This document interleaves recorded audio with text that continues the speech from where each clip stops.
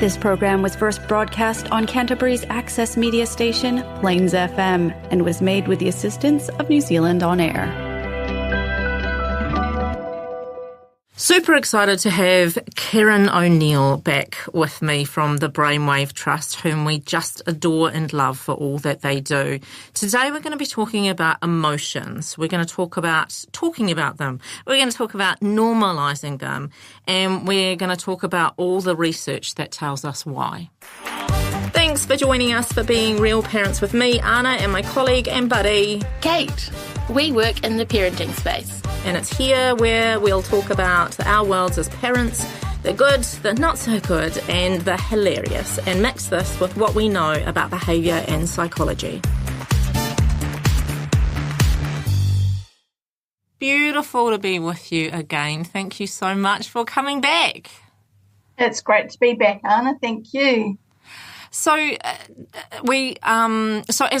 if anyone hasn't heard before about the Brainwave Trust and how amazing they are, do you want to give us a little bit of a rundown on all the cool things you do? Sure. Well, our vision is that all tamariki are nurtured and valued so they can reach their potential. Nice. And we share knowledge both from the research and from Indigenous knowledge around the things that can help or get in the way of helping our tamariki to reach and our rangatahi to reach their potential. Yeah. And we do that through our website, through workshops, podcasts like this. And you also have your own kind of programs as well in terms of workshops, am I right? Yes, yeah, we have kaiako up and down the country who facilitate workshops for a variety of different groups, whānau.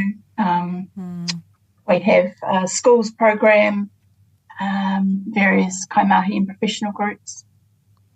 Yeah, cool. It's a goodie, isn't it? It's always exciting when, something I'm involved with says that the Brainwave Trust are coming, and if that happens for you, then please, go along because it's just kind of very eye-opening, light bulby moment time in terms of understanding our tamariki. Yeah, cool. But today we're going to be talking about all things emotions. Shall we give a background on why we think this is important? I guess when we're thinking about how our tamariki grow, all the different aspects are connected to each other.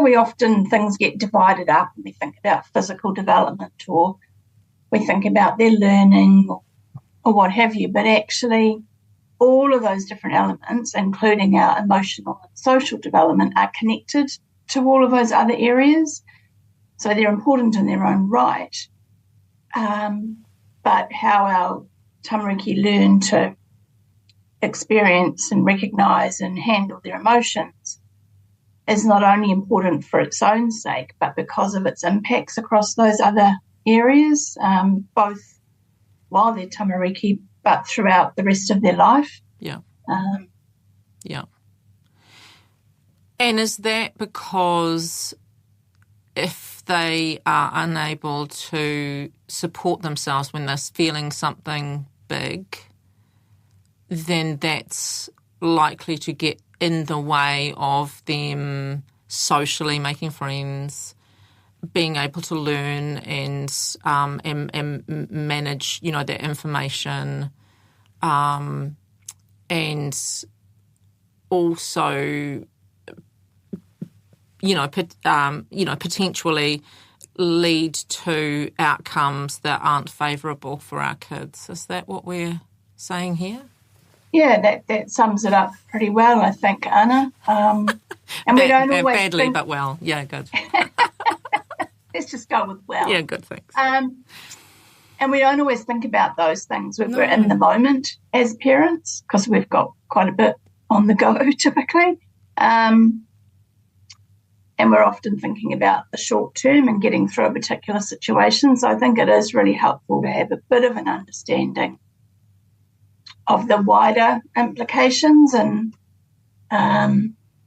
how all the things that we can do to support our tamariki with their feelings can have all these positive flow-on effects for them as they grow and develop.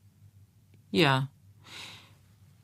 This is something that, we talk about a lot in our work. So I'm really excited to get your take on this and really understand, from a Brainwave Trust perspective and the research perspective, why this is so important.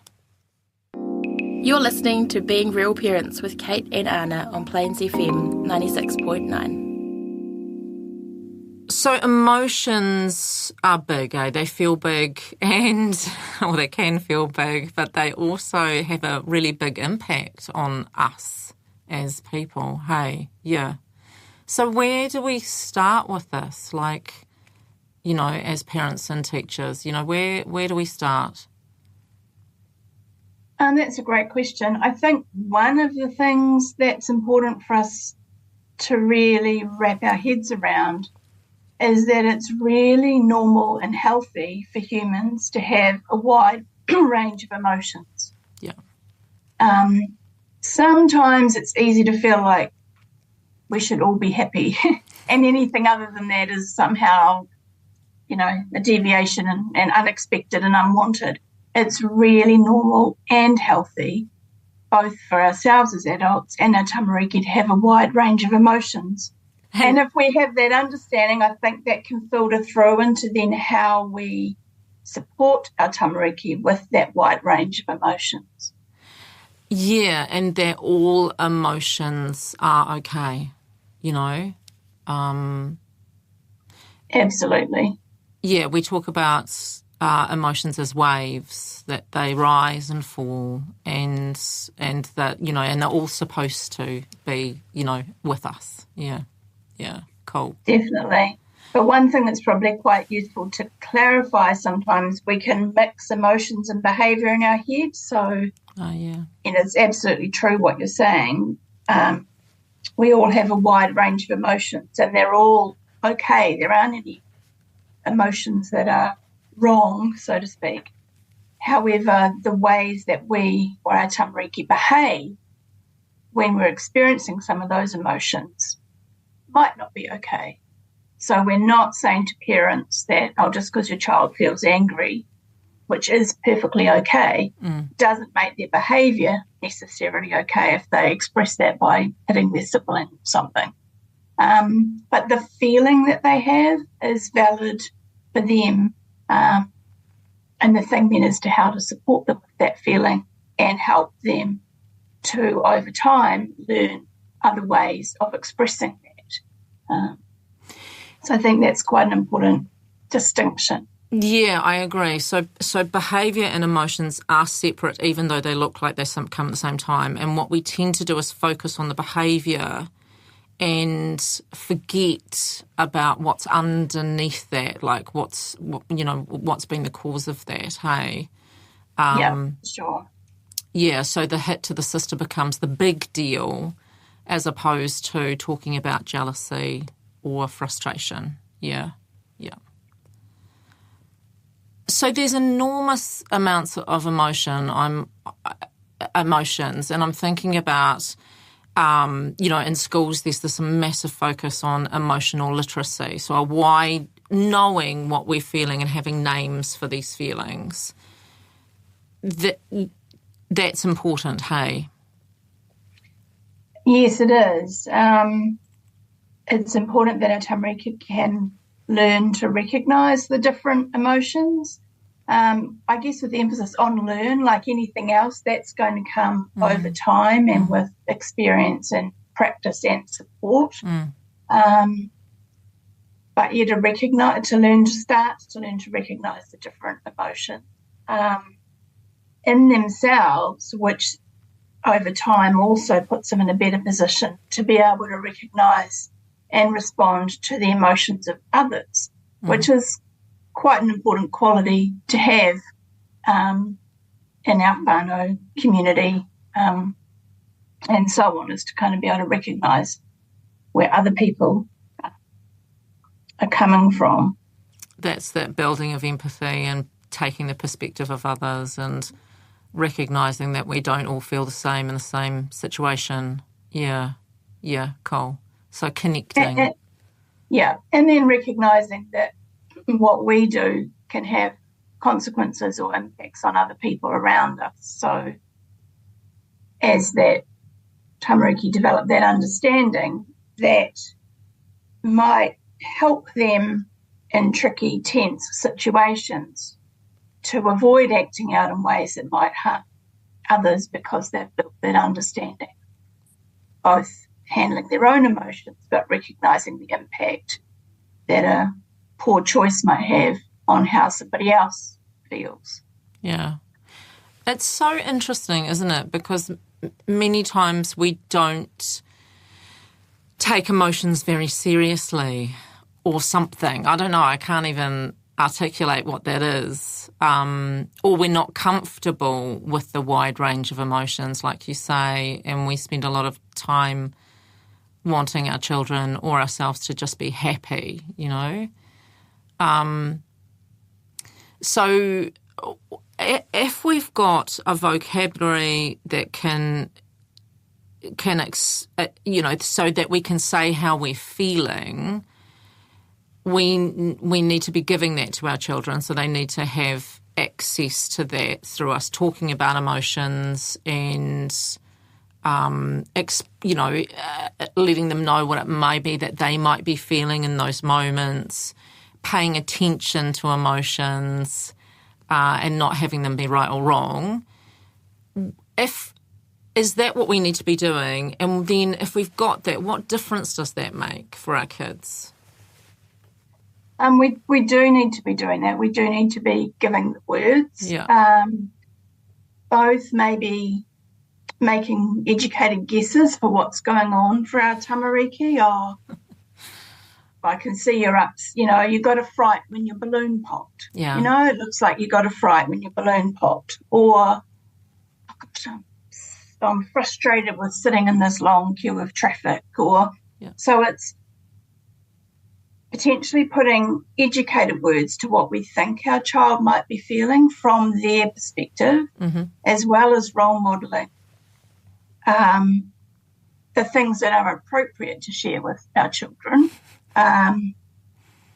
being stuck in traffic or burning the toast or whatever, not the big adult worries, but the everyday sort of things.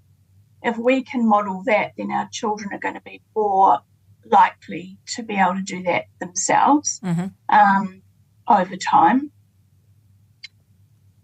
And also when we put words to what we think our tamariki might be feeling, it helps them feel understood, that we've sort of seen and noticed that there's something going on when the balloon bursts, or they don't get invited to the birthday party that they thought they were going to, or whatever it is, that someone else has seen and cared enough about them to see what the impact has been on them. So that's hugely important in terms of the relationship that we have with our tamariki, as well as their sort of emotional understanding. And as I think you mentioned earlier, we need to be able to do that across the full range. We are, I think you used the word, and it's a good one, uncomfortable, a lot of us, with some of the feelings. We tend to often, and I don't like this language myself, but we tend to think of some feelings as being good, yes, and some as not being good. Yes. And actually they're all useful and informative and valuable. Some of them are much more fun and pleasant to live with than others, but they're all equally valid and important.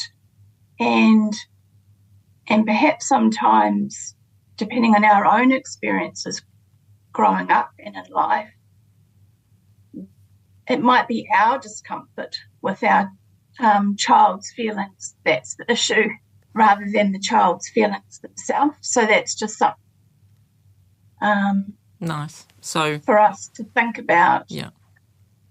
Reflecting on, because that's true, isn't it? There's, sometimes when, not even just children, but when other people are feeling something and we feel a discomfort and have a reaction to that, and sometimes it might be that we kind of arc up to it, or we avoid it, or we, might tell our children to stop it, or they're being ridiculous or whatever.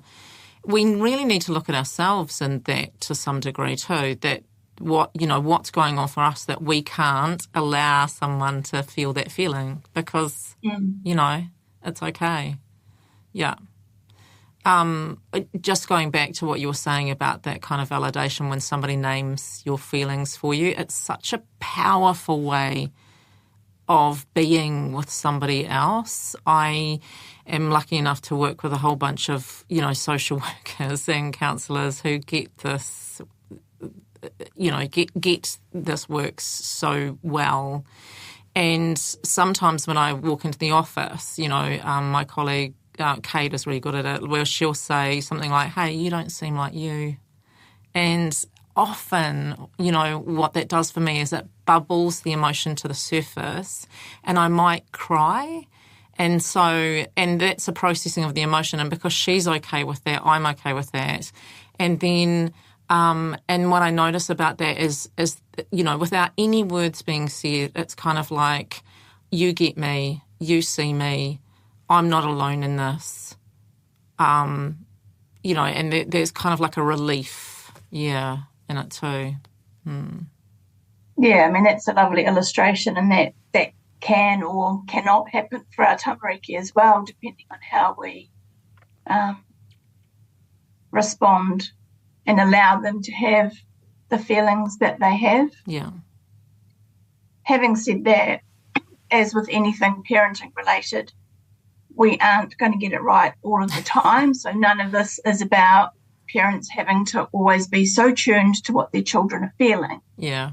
And so hyper alert to that they run themselves ragged and nothing else gets done. So that's not what this is about, but just having that awareness across the range of emotions and for those other less pleasant, more challenging, however you want to frame it, emotions to also be okay, and the power, as you described for yourself, of having someone who's able to take that.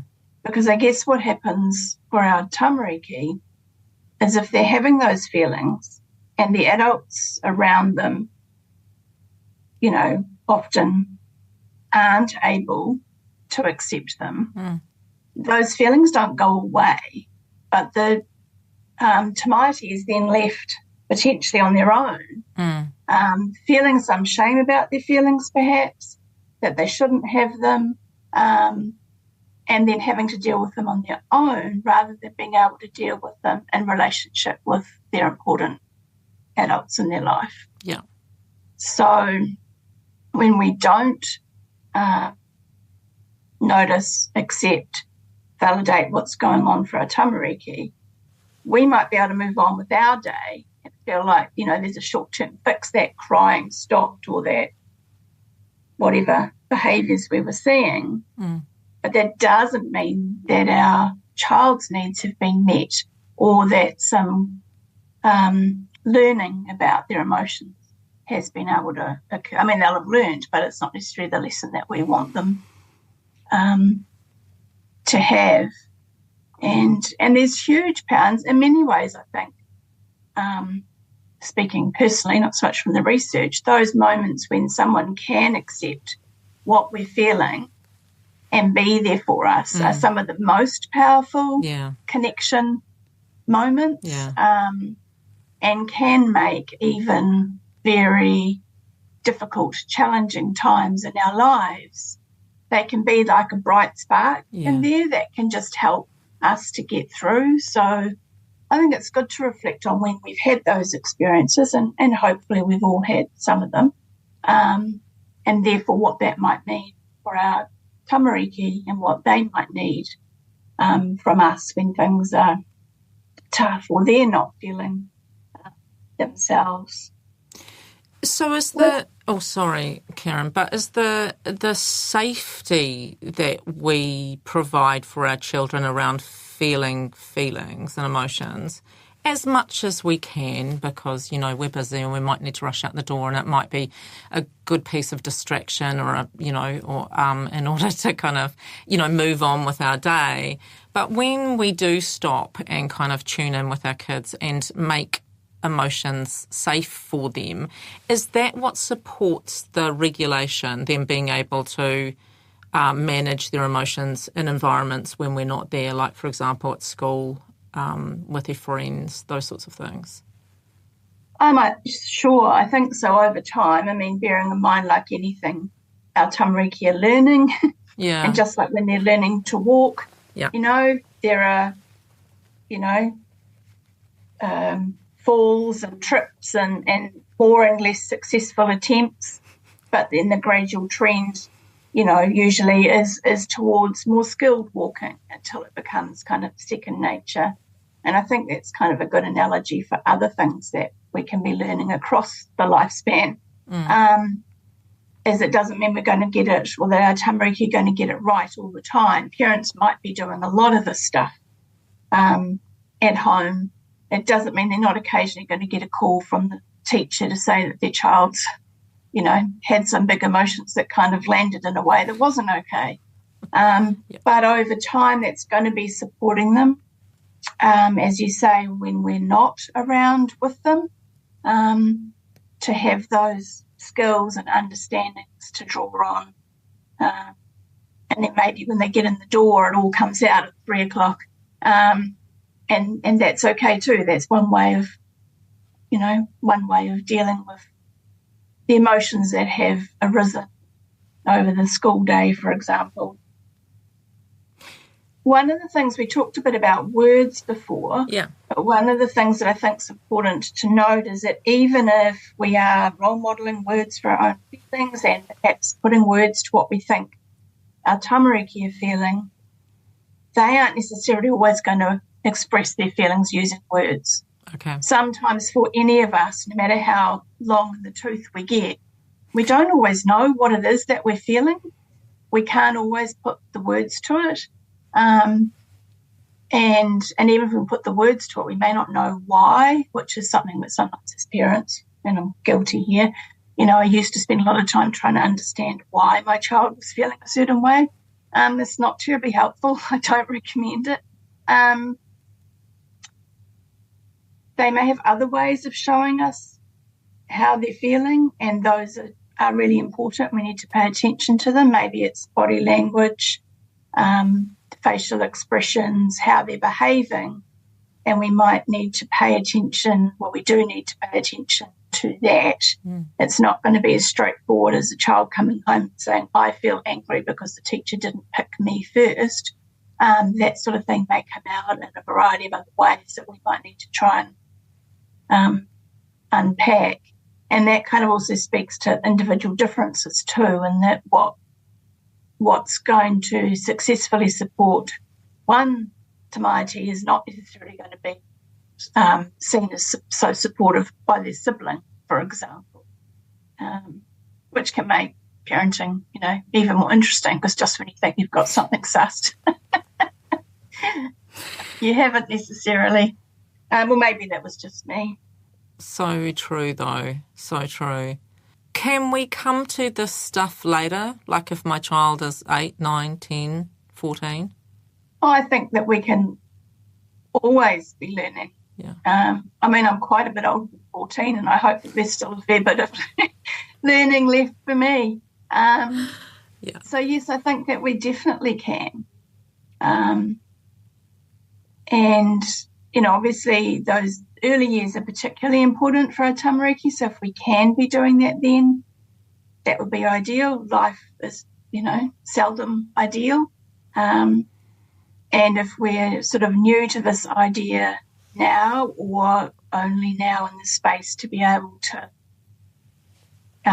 give that, some energy and time, then it is still really valuable and important to be able to do that.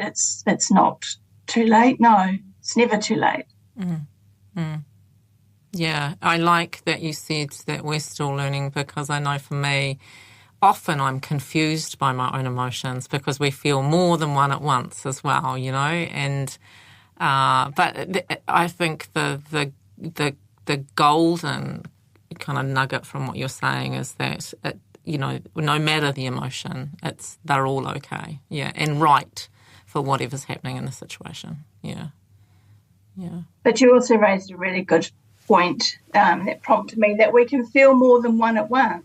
So can our tamariki. I mean, they might be really excited about getting a lead in the school play or a kapahaka performance, but they might also be really nervous about it. And so part of realising we have this range of emotions as human beings is also recognising they don't all come neatly packaged one at a time. There can be several different emotions going on at once, and we might be able to name them and we might not, but I think that's important to even just accept that, and even to have that as part of the vocab within the whānau around, actually there's a few things I'm feeling right now, or it's been a mixed emotions kind of a day, or whatever works, whatever language works for other people, helps to acknowledge that, normalise it, and even to just be able to put that to words, I think, is really powerful. And again, that's something we could potentially do for our tamariki. Oh, I know you're really, really excited when, you got that role in the school play, but now that it's opening night, it looks like you're also nervous about it, or, and that's okay. It's okay to be excited and nervous or whatever. So again, to give those words to make it okay for them to be feeling what they're feeling. I hope that this has been useful in terms of understanding the importance of talking to our children and about emotions and just making them as normal as they actually are. If you want to learn more about this, the Brainwave Trust has an article called Supporting Tamariki with Their Feelings. That's on their website, www.brainwave.org.nz. Or if this has brought some things up for you and you want to get some support around it for you or your tamariki, come and talk to us. You'll find us at www.realparents.org.nz. Awesome. Thanks for being with us today. We hope you've learned that while parenting is challenging sometimes, that's totally normal. It's been fun having you with us. Keep being amazing. Bye!